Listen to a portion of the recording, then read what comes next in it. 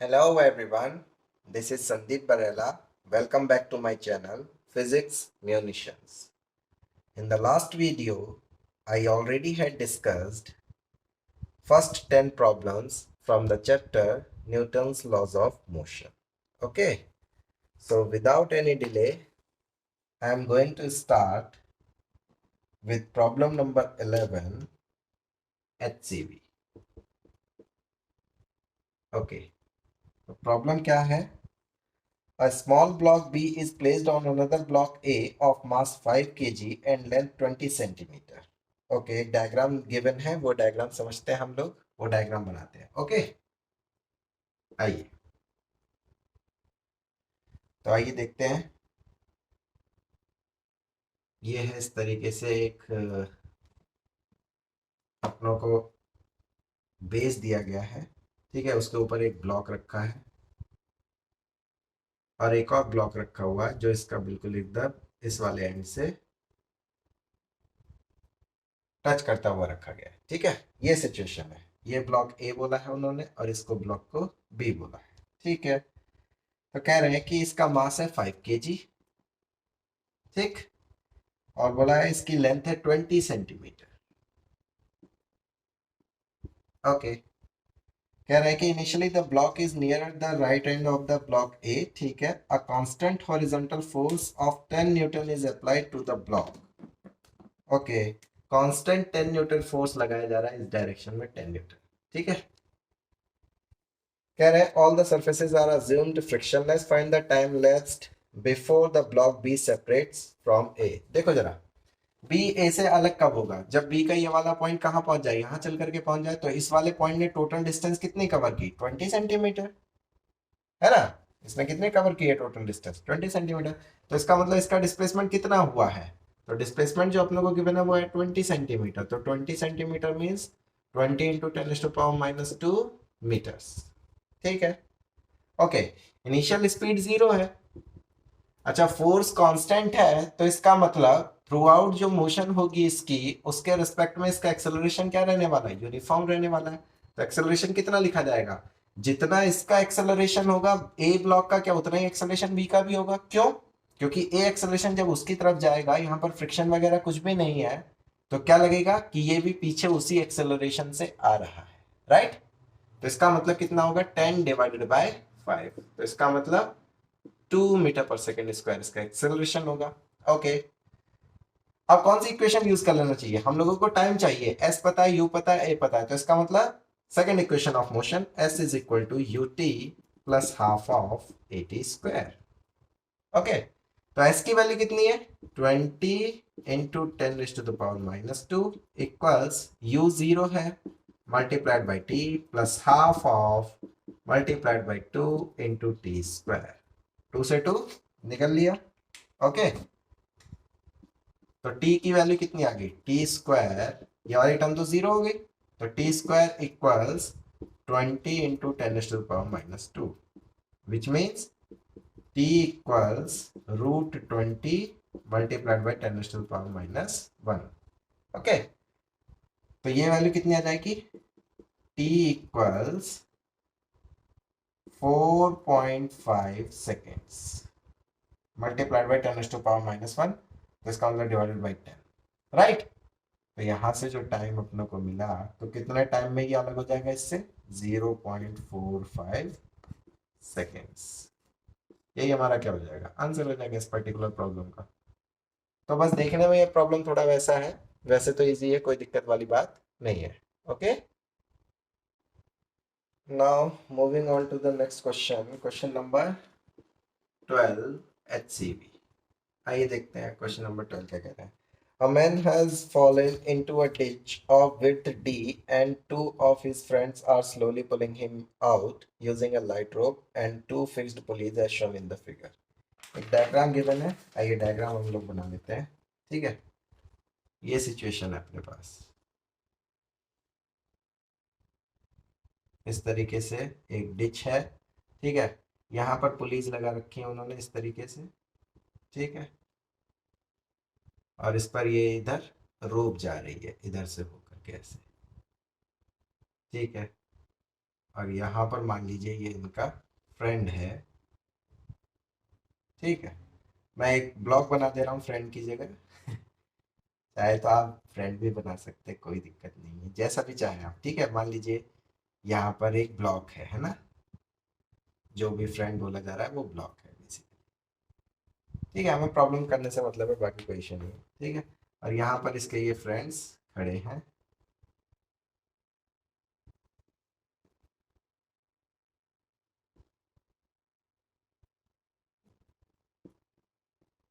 ठीक है। ये सिचुएशन है हमारे पास में, ओके। तो क्या बोला है इन्होंने कि ये डिस्टेंस है अपनी डी, और ये हाइट कितनी है h,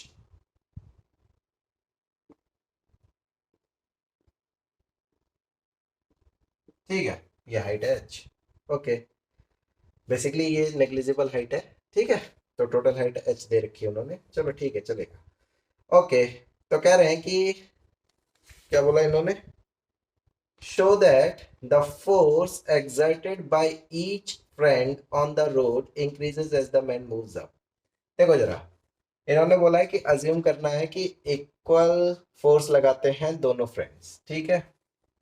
तो मान लीजिए इन्होंने जो फोर्स लगाया वो टेंशन टी है, ठीक है। तो टेंशन टी इधर लगाया इन्होंने भी, और इन्होंने भी कितना टेंशन लगाया, इधर टी लगाया, ठीक है। तो इसमें भी टेंशन कितना डेवलप हुआ होगा, टी ही डेवलप हुआ होगा, इधर भी टी इधर भी टी, ठीक है। वर्टिकल से मान लीजिए ये एंगल कितना है अपना थीटा, तो ये भी कितना होगा थीटा, सिमेट्रिकल है क्योंकि। तो टी का इधर कंपोनेंट कितने कितने आएंगे, इस वाली टी का इधर एक कंपोनेंट आएगा टी कॉस थीटा, और इधर एक कंपोनेंट आएगा टी साइन थीटा, राइट। इस वाले टी का एक कंपोनेंट इधर आएगा कितना टी कॉस थीटा, और एक कंपोनेंट आएगा इधर टी साइन थीटा। तो देखो हॉरिजॉन्टल डायरेक्शन में कोई मूवमेंट नहीं है, तो इसका मतलब ये दोनों कैंसिल आउट कर जाएंगे अपने, टी साइन थीटा कौन से कैंसिल आउट हो गए, हॉरिजॉन्टल कंपोनेंट कैंसिल आउट हो गए। ऊपर की डायरेक्शन में आया टू टी कॉस थीटा, और एक मैन का मास है जो उनका फ्रेंड है, that is M into G, vertical direction में, ठीक है। तो किसी इंस्टेंट पर मान लीजिए अगर हम लोग देखें तो नेट अपवर्ड फोर्स और नेट डाउनवर्ड फोर्स क्या है अपने आपस में इक्वल है एट एनी इंस्टेंट। तो at any instant 2t cos theta should be equal to mg। किसी भी इंस्टेंट की अगर हम लोग बात करें तो net upward force net downward force के क्या होगा, इक्वल होगा।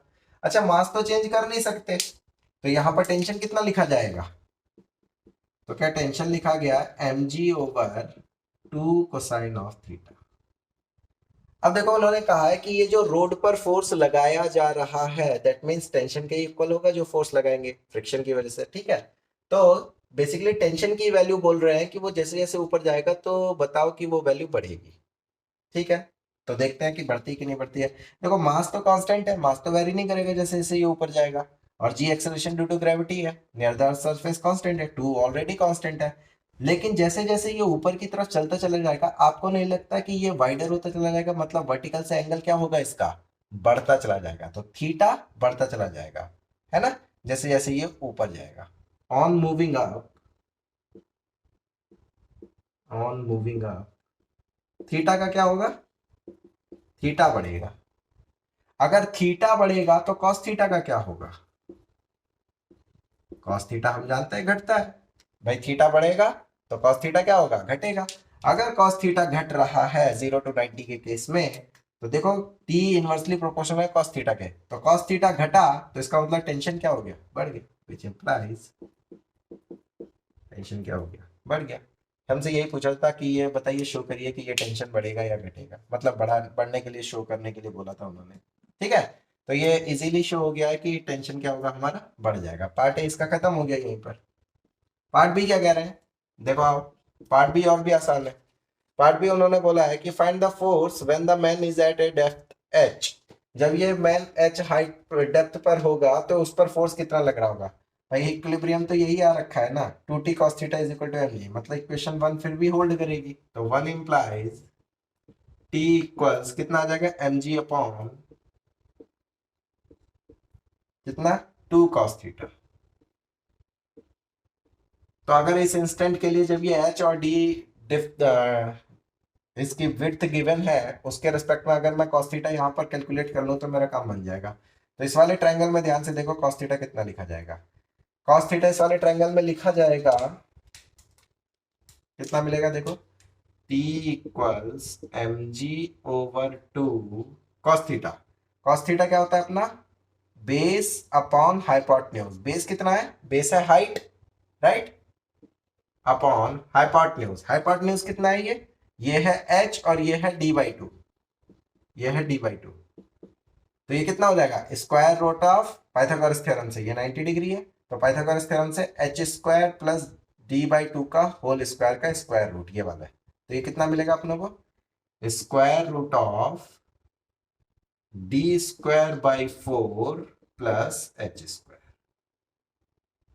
राइट। तो ये ऊपर पहुंच जाएगा, कितना मिलेगा देखो अपने को, टेंशन आया M G upon two H under root H square plus D square by four. Four LCM ले लो, कितना मिलेगा, तो t is equal to M G over two H four H square plus D square का square root, और four का square root आ जाएगा टू बाहर, राइट, तो टू टू से कितना हो जाएगा, फोर हो जाएगा। ठीक है, यहाँ पर एलसीएम ले लिया तो four H square plus D square और स्क्वायर रूट ऑफ फोर कितना हो गया, फोर हो गया। ठीक है, तो जब इसको सॉल्व करेंगे तो ये अपने को आंसर मिल जाएगा। तो हमसे यही पूछा गया था कि बताओ इस इंस्टेंट पर टेंशन कितना होगा, मतलब फोर्स कितना लगा रहे होंगे वो लोग, तो इतना ही फोर्स एग्जिस्ट कर रहे होंगे। ओके, तो आई होप आपको क्लैरिटी है, सिंपल क्वेश्चन था, कोई ज्यादा टफ वाली बात इसमें नहीं थी। ओके, अगला क्वेश्चन है क्वेश्चन नंबर 13। ओके, आइए क्वेश्चन नंबर 13 HCV।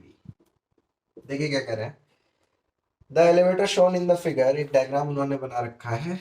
इस तरीके से एक एलिवेटर है, इसके अंदर एक मास रखा हुआ है, उसके ऊपर एक और मास रखा हुआ है। इस तरीके से सिचुएशन है।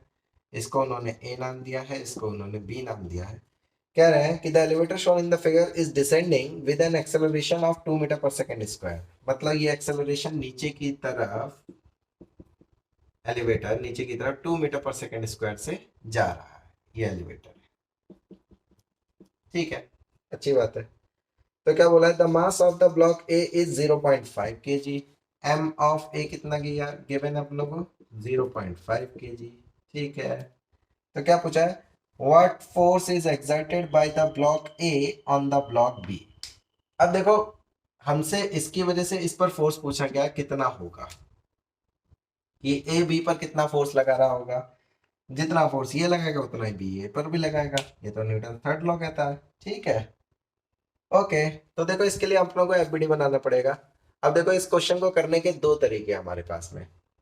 आप लोगों को पढ़ाया गया है कि एक्सेलरेटेड फ्रेम्स जो होते हैं वो हमारे नॉन इनर्शियल फ्रेम्स होते हैं, जिसमें हम लोग न्यूटन्स लॉ को अप्लाई नहीं कर सकते। लेकिन अगर उसमें न्यूटन्स लॉ को अप्लाई करना है तो हम लोगों को एक कॉन्सेप्ट की जरूरत पड़ती है जिसको हम बोलते हैं सूडो फोर्स।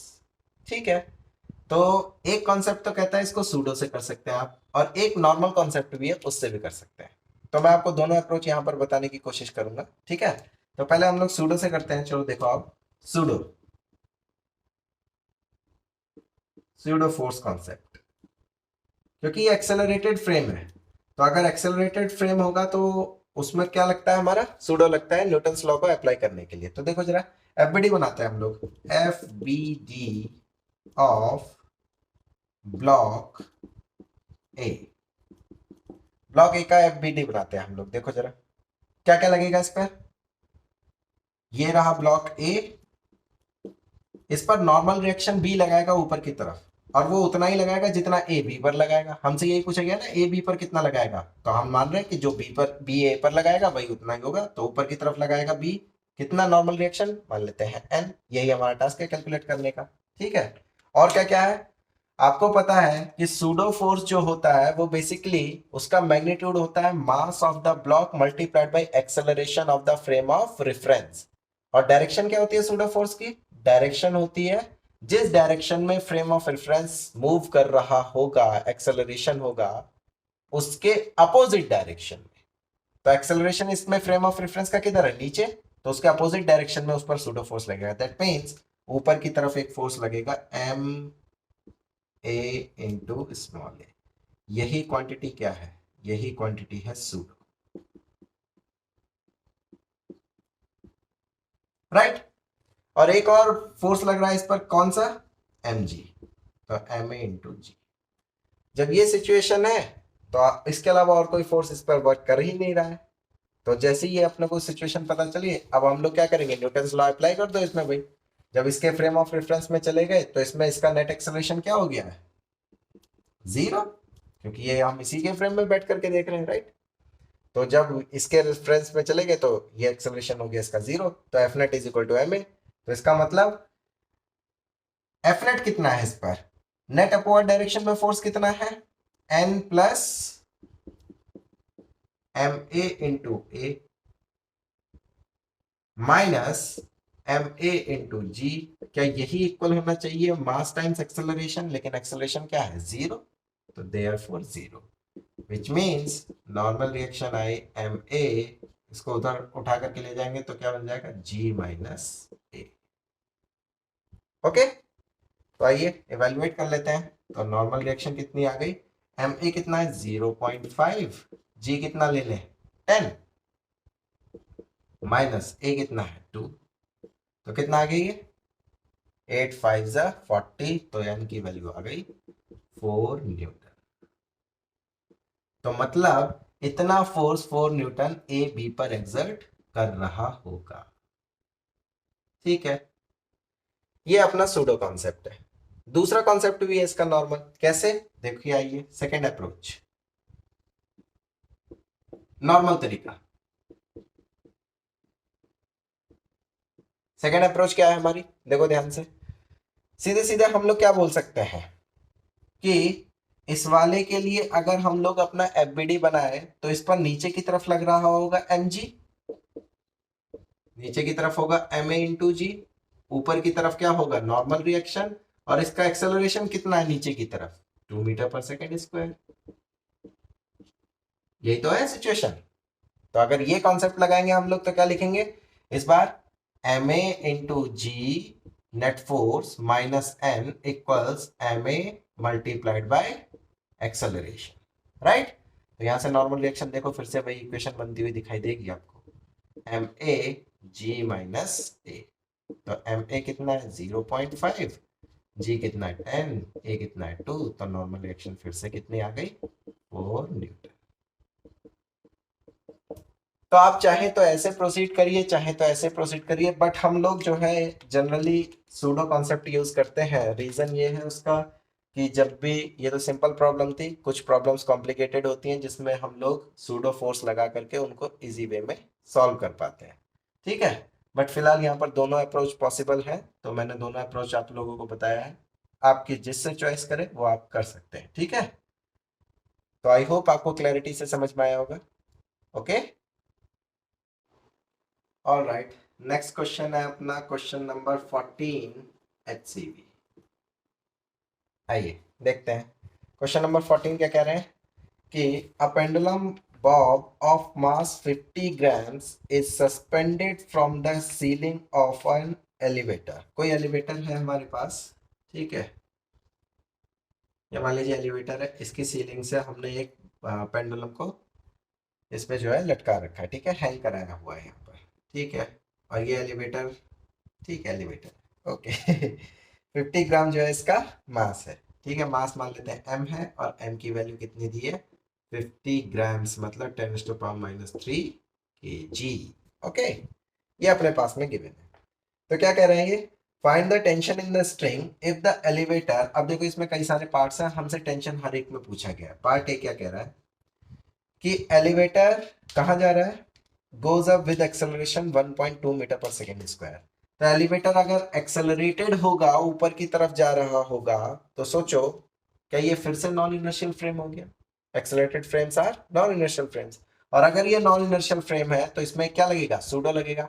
अब ये ऊपर की तरफ जा रहा है एक्सेलरेशन, ठीक है। तो इसका मतलब अगर मैं इसका एफबीडी बनाऊंगा सूडो लेकर के, तो mg तो नीचे लग रहा है सीधे सीधे, राइट, और टेंशन ऊपर की तरफ लग रहा है, लेकिन एक और फोर्स आएगा सूडो फोर्स, वो किधर लग रहा होगा?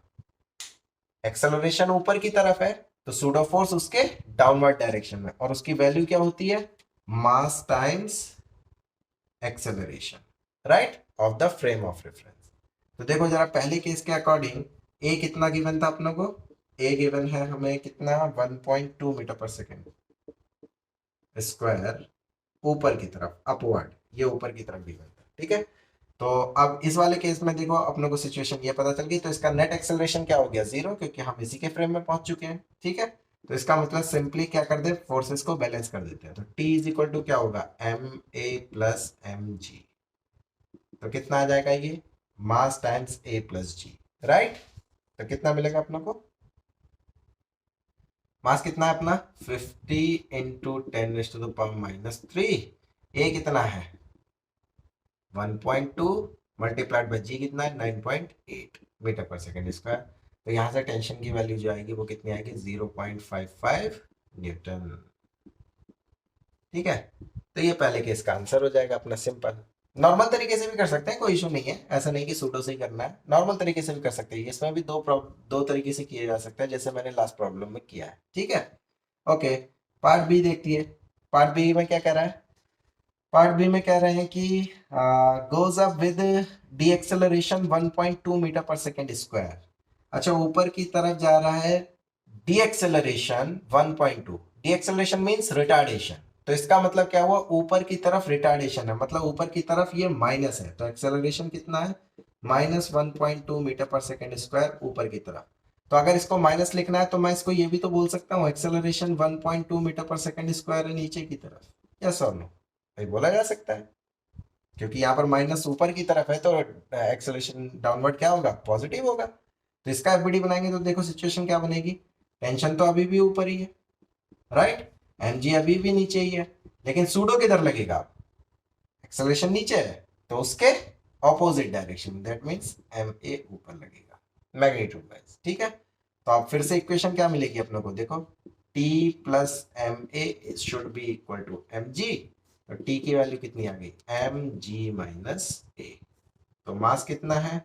50 इंटू 10⁻⁻3। g कितना है? 9.8 माइनस 1.2, राइट, क्लियर। जब आप इसको एवेलुएट करेंगे तो ये मिलेगा आपको 0.43 न्यूटन। ये सेकंड पार्ट का आंसर आ गया, बी पार्ट का, ठीक है। तो सिंपल है, कोई ज्यादा टेंशन वाली बात नहीं है इसमें, ठीक है। बस सूडो कॉन्सेप्ट पता हो, या फिर नॉर्मल तरीके से भी करना चाहे तो नॉर्मल तरीके से भी कर सकते हैं, कोई इशू वाली बात नहीं है। Okay, now the part C. Part C क्या कह रहा है अपना को? देखो जरा पार्ट सी। पार्ट सी में बोल रहे हैं कि goes up with uniform velocity. अगर यूनिफॉर्म वेलोसिटी होगी, v अगर कांस्टेंट है, तो एक्सेलरेशन क्या होगा? एक्सेलरेशन जीरो होगा। अगर एक्सेलरेशन जीरो है तो इसका मतलब एफबीडी में टेंशन ऊपर और mg सीधे नीचे। तो इसका मतलब इस केस में टेंशन सीधे सीधे किसके इक्वल है? mg के। m कितना था? 50 into 10⁻⁻3 multiplied by g is 9.8, ठीक है। आई होप आपको समझ में आ रहा होगा। ऑलराइट, तो ये कितना आ जाएगा? 0.49 न्यूटन। तो सी पार्ट ये हो गया, ठीक है। बात करते हैं डी पार्ट की। डी पार्ट में क्या बोला उन्होंने? Goes down with acceleration 1.2 metre per second square. The downward है एक्सेलरेशन, तो एक्सेलरेशन है 1.2 मीटर पर सेकेंड स्क्वायर नीचे की तरफ। तो फिर से इसका एफबीडी बनाइए। ऊपर की तरफ टेंशन है, नीचे की तरफ mg है, और जो एक्सेलरेशन है डाउनवर्ड डायरेक्शन में, तो इसका मतलब सूडो किधर लगेगा? सूडो ऊपर की तरफ लगेगा, तो इसका मतलब ma है ऊपर की तरफ। तो विच मीन्स इक्वेशन कौन सी बनी? t plus ma equals mg, right. तो यहां से देखो सिचुएशन सेम आ रही है अपनी ये वाली, तो इसका मतलब इस केस में टेंशन फिर से क्या आ जाएगा? जो इस केस में था। इस केस में कितना है? 0.43, सॉरी 0.43 न्यूटन। ओके, तो ये क्या हो गया? अपना आंसर हो गया, क्लियर। तो ये डी पार्ट हो गया अपना। ई पार्ट में क्या कह रहे हैं? ए पार्ट में कह रहे हैं कि goes down with deceleration 1.2 metre per second square. मतलब अगर इसको देखें तो ई पार्ट के लिए डाउनवर्ड जा रहा है, डी एक्सेलरेशन डाउनवर्ड है, मतलब एक्सेलरेशन को लिखूं -1.2 metre per second square downward direction में, तो इसके लिए ये भी तो लिख सकता हूँ कि acceleration 1.2 metre per second square upward direction में। बात बराबर है भाई, क्योंकि एक्सेलरेशन एक वेक्टर क्वांटिटी है, राइट।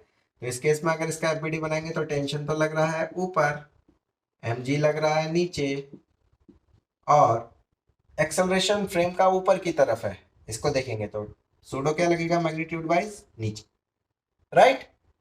तो इस केस में अगर हम लोग इक्वेशन लिखेंगे तो क्या लिखी जाएगी इक्वेशन, इक्वेशन लिखी जाएगी T equals mg plus ma। ये पार्ट ए वाली इक्वेशन है, अगर ध्यान से देखें तो आप, है ना, पार्ट ए में अपनी यही इक्वेशन बनी थी। तो इस केस में टेंशन कितना आया था अपना 0.55 न्यूटन, ठीक है। तो ये क्या हो जाएगा, इसका आंसर हो जाएगा। ऑलराइट, एफ पार्ट की अगर मैं बात करूं तो एफ पार्ट क्या कह रहा है, एफ पार्ट में देखिए आइए, कह रहा है कि goes down with uniform velocity. तो अगर v कांस्टेंट है तो इसका मतलब फिर से एक्सेलरेशन जीरो है, एक्सेलरेशन जीरो है तो टेंशन ऊपर है और mg नीचे है, ठीक है। तो इसका मतलब क्या हुआ, सीधे सीधे t is equal to mg है, विच मीन्स फिर से कौन सा केस, सी वाला केस है, तो इसका मतलब इसमें आंसर आएगा 0.49 न्यूटन, ठीक है। तो ये सारी प्रॉब्लम्स को करने का तरीका दूसरा भी है, नॉर्मल तरीका, F net is equal to M A, हम लोग वो इक्वेशन भी लगा सकते हैं, ठीक है। बट जहां पर दो हमारे पास में ब्लॉक्स आ जाते हैं ना, उनकी रिलेटिव मोशन स्टार्ट हो जाती है शुरू, तो वहां पर हम नॉर्मल तरीके से नहीं कर पाते, तब हमें सूडो की जरूरत पड़ती है। तो इसीलिए ठीक है, यहाँ पर चाहे आपकी चॉइस है, जिससे करना चाहो करो, मैंने सूडो से किया, आप लोग जिससे चाहो उससे कर सकते हो, okay. Now the last problem of this video, that is question number 15 HCV। आइए देखिए क्या कह रहे हैं, a person is standing on a weighing machine placed on the floor of an elevator.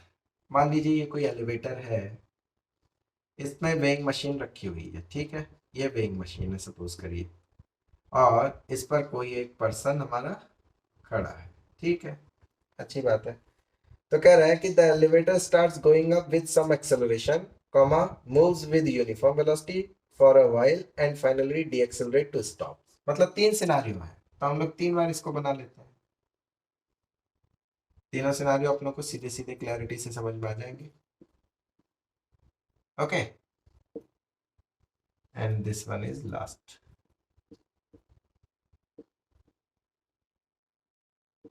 ठीक है, ये है सिचुएशन। तो तीनों सिनारियो है, पहले सिनारियो में जो है हमारा एलिवेटर किधर जा रहा है, going up with some acceleration, मान लेते हैं एक्सेलरेशन ऊपर की तरफ है ए इसका, ठीक है। दूसरे वाले में v कांस्टेंट है, v कांस्टेंट है, ठीक है, तो a क्या होगा, जीरो होगा, ठीक है।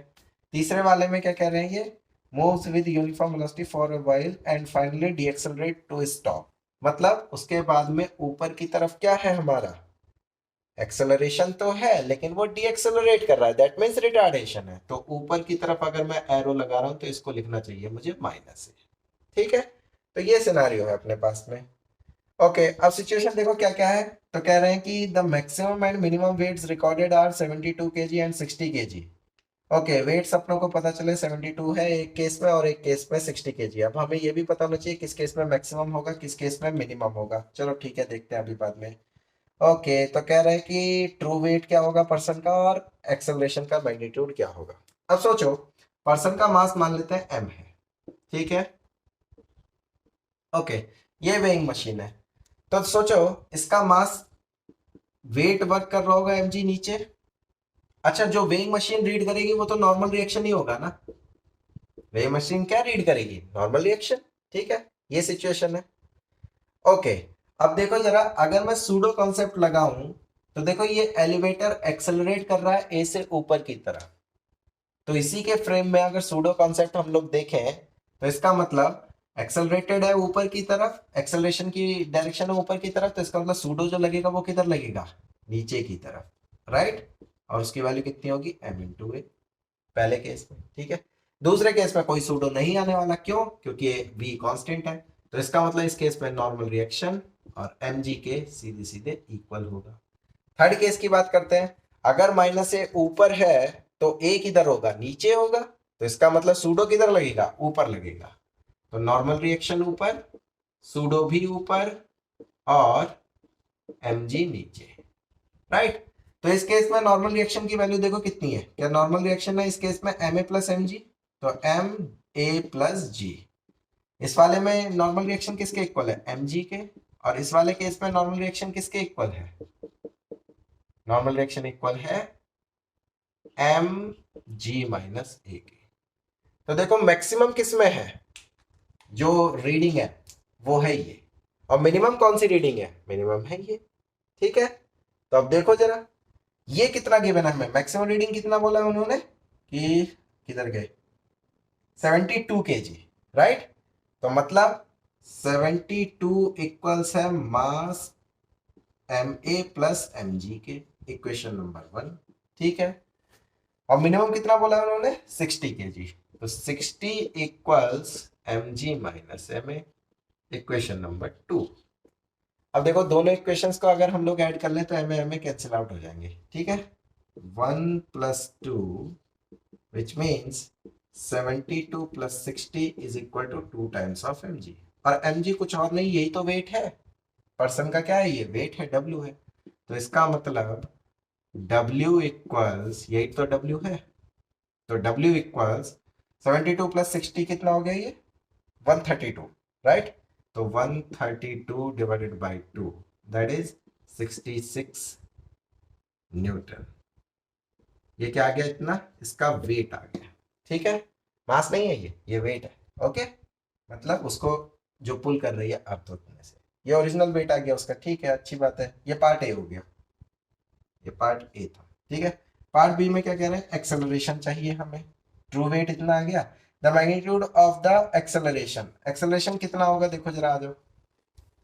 देयरफॉर कौन सी इक्वेशन यूज कर लेते हैं, कोई भी यूज कर लो, वन यूज कर लो, चलो चाहो तो वन इक्वेशन यूज करेंगे तो कितना आया, M A equals 72 minus M G कितना है 66, ठीक है, ओके। तो यहां से एक्सेलरेशन कितना आ गया, हमसे यही पूछा गया था, तो एक्सेलरेशन की वैल्यू आ गई 72 माइनस 66 डिवाइडेड बाय मास, मास कितना है अपने पास में, mg अपने पास में है 66, तो डिवाइडेड बाय जी की वैल्यू कितनी हो जाएगी अपनी, कितनी गिवन है, 9.9 गिवन है, ओके 9.9, क्योंकि ये w है ना, टोटल mg की वैल्यू है 66, तो g से डिवाइड करना पड़ेगा तभी m मिलेगा अपनों को, है ना, विच इम्प्लाइज, तो एक्सेलरेशन कितना आ जाएगा अपने पास में, जब आप इसको पूरा सॉल्व करेंगे तो एक्सेलरेशन आपको मिलेगा 0.9 मीटर पर सेकेंड स्क्वायर।